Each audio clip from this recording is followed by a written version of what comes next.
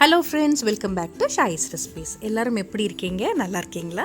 இன்றைக்கி நம்ம சேனலில் சன்னா மசாலா எப்படி செய்யலான்றதை பார்க்கலாம். ஒரு சப்ஸ்கிரைபர் ரொம்ப நாளாக கேட்டுட்டு இருந்தாங்க, மேடம் சன்னா மசாலா எப்படி செய்யலான்னு சொல்லுங்கன்னு. வீடியோக்குள்ளே போகிறதுக்கு முன்னாடி நம்ம சேனலை சப்ஸ்கிரைப் பண்ணிடுங்க. வாங்க இப்போ வீடியோக்குள்ளே போகலாம். ஃபர்ஸ்ட் ஸ்டெப், நம்ம கொண்டக்கடலை வேக போட்டுடலாம். ஒரு 200 கிராம் கொண்டக்கடலையை நல்லா கழுவிடுங்க. கழுவிட்டு அதை ஒரு 8 மணி நேரம் ஊற வச்சுங்க.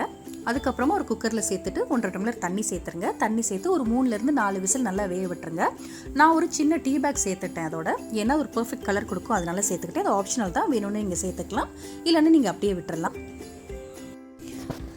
அடுத்ததாக ஒரு பாத்திரத்தில் 4 டேபிள் ஸ்பூன் ஆயில் கொஞ்சம் சூடானதுக்கு அப்புறமா 4 மீடியம் சைஸ் பெரிய வெங்காயம் நீல வாக்கில் கட் பண்ணியிருக்கேன். அதை இப்போ இதோட சேர்த்துக்கிட்டேன். வெங்காயம் நல்லா வதங்கணும், கண்ணாடி பதத்துக்கு நல்லா வதங்கணும். இப்போ பார்த்தீங்கன்னா வெங்காயம் நல்லா டிரான்ஸ்பரண்ட்டாக வதங்கிடுச்சு. இந்த ஸ்டேஜில் 4 சின்ன துண்டு இஞ்சியும் ஒரு 8-9 பல் பூண்டு. அடுத்ததாக 3 தக்காளி சேர்த்துக்கலாம். 3 தக்காளி சேர்த்துட்டு அதையும் நல்லா வதக்கி விட்டுக்கோங்க. அதுக்கப்புறமா நம்ம மசாலா பவுடர்லாம் கொஞ்சம் கொஞ்சமாக ஆட் பண்ணிடலாம். கொஞ்சமாக மஞ்சள் தூள் சேர்த்துக்கோங்க. அதுக்கப்புறம் ஒரு 1/2 டீஸ்பூன் அளவுக்கு சீரகத்தூள் சேர்த்துக்கலாம். அதுக்கப்புறமா ஒரு 1/2 டீஸ்பூன் அளவுக்கு கரம் மசாலா சேர்த்துக்கலாம். அதுக்கப்புறம் ஒரு 3/4 டீஸ்பூன் அளவுக்கு மல்லித்தூள் சேர்த்துக்கலாம். இதெல்லாம் எண்ணெயிலே வதங்கும் போது ரொம்ப நல்ல டேஸ்ட் கிடைக்குங்க.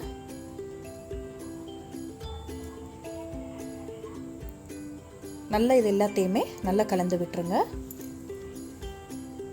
இதே போல் நீங்கள் ஒரு தடவை நீங்கள் செஞ்சு பாருங்கள், உங்கள் எல்லாருக்குமே ரொம்ப பிடிக்கும். இந்த மாதிரி தான் சன்னா மசாலா நீங்கள் செய்வீங்க. அதுக்கப்புறம் இந்த ரெசிபிக்கு தேவையான உப்பு சேர்த்துக்கலாம். அதுக்கப்புறம் ஃபைனலாக நான் கொஞ்சமாக ட்ரை மேங்கோ பவுடர் சேர்த்துருக்கேன். அதாவது ஒரு 1/4 டீஸ்பூன் அளவுக்கு சேர்த்துருக்கேன். ஆப்ஷனல் தான், அது இல்லாட்டி கூட நீங்கள் கொஞ்சமாக லெமன் கூட புளிஞ்சு விட்டுக்கலாம், லெமன் ஜூஸ். அது கொஞ்சமாக புளிப்பு டேஸ்ட் கொடுக்கும் அப்படிங்கிறதுக்காக இந்த ட்ரை மேங்கோ பவுடர் நான் சேர்த்துருக்கேன். எல்லாத்தையும் சேர்த்துட்டு ஒரு டம்ளர் தண்ணி சேர்த்துட்டு இதை ஒரு 10 நிமிஷம் மீடியம் ஃப்ளேமில் கொதிக்க விட போகிறோம். மூடி போட்டு இப்போ நம்ம கொதிக்க விட்டுறலாம்.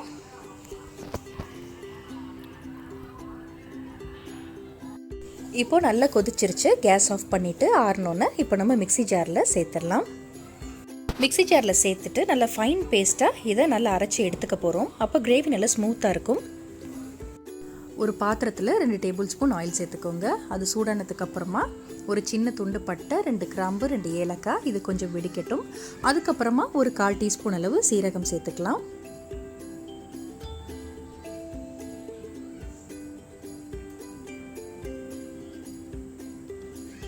சீரகம் நல்லா பொரிஞ்சதுக்கப்புறம் நம்ம அரைச்சி வச்சுருக்க கிரேவி இதோட சேர்த்துடலாம்.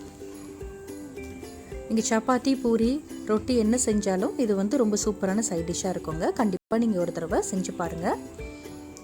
இப்போ உங்கள் கன்சிஸ்டன்சிக்கு ஏற்ற மாதிரி தண்ணி சேர்த்துக்கோங்க. நான் மிக்ஸி ஜாரில் சேர்த்துட்டு கொஞ்சமாக தண்ணி சேர்த்துருக்கேன். காரத்துக்கு உங்களுக்கு தேவையான அளவு சில்லி பவுடர் ஆட் பண்ணிக்கோங்க. நீங்கள் கலருக்காக நீங்கள் காஷ்மீரி சில்லி கூட நீங்கள் கொஞ்சமாக சேர்த்துக்கலாம். இப்போ நம்ம வேக வச்ச கொண்டக்கடலை இதோட சேர்த்துடலாம். தண்ணியை கீழே ஊற்றிட வேண்டாம். அதையும் சேர்த்துட்டு நல்லா மிக்ஸ் பண்ணி விட்டுக்கோங்க. இது ஒரு 3 to 4 மினிட்ஸ் நல்லா கொதிக்கட்டுங்க.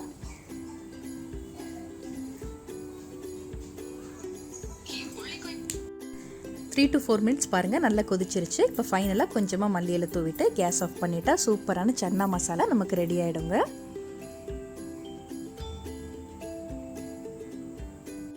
நான் இன்றைக்கி இதை பூரி கூட செஞ்சேன். ரொம்ப டேஸ்ட்டாக இருந்தது. எல்லாருமே வீட்டில் விரும்பி சாப்பிட்டாங்க. உங்களுக்கு இந்த வீடியோ பிடிச்சிருந்துச்சுன்னா உங்கள் ஃபேமிலி அண்ட் ஃப்ரெண்ட்ஸுக்கும் ஷேர் பண்ணுங்கள். ஃபர்ஸ்ட் டைம் இந்த வீடியோ பார்க்குறீங்கன்னா மறக்காமல் நம்ம சேனலை சப்ஸ்கிரைப் பண்ணிவிட்டு பக்கத்தில் இருக்க பெல் ஐக்கானையும் கிளிக் பண்ணுங்கள். இவ்வளோ நேரம் பொறுமையாக இந்த வீடியோ பார்த்ததுக்கு ரொம்ப நன்றி.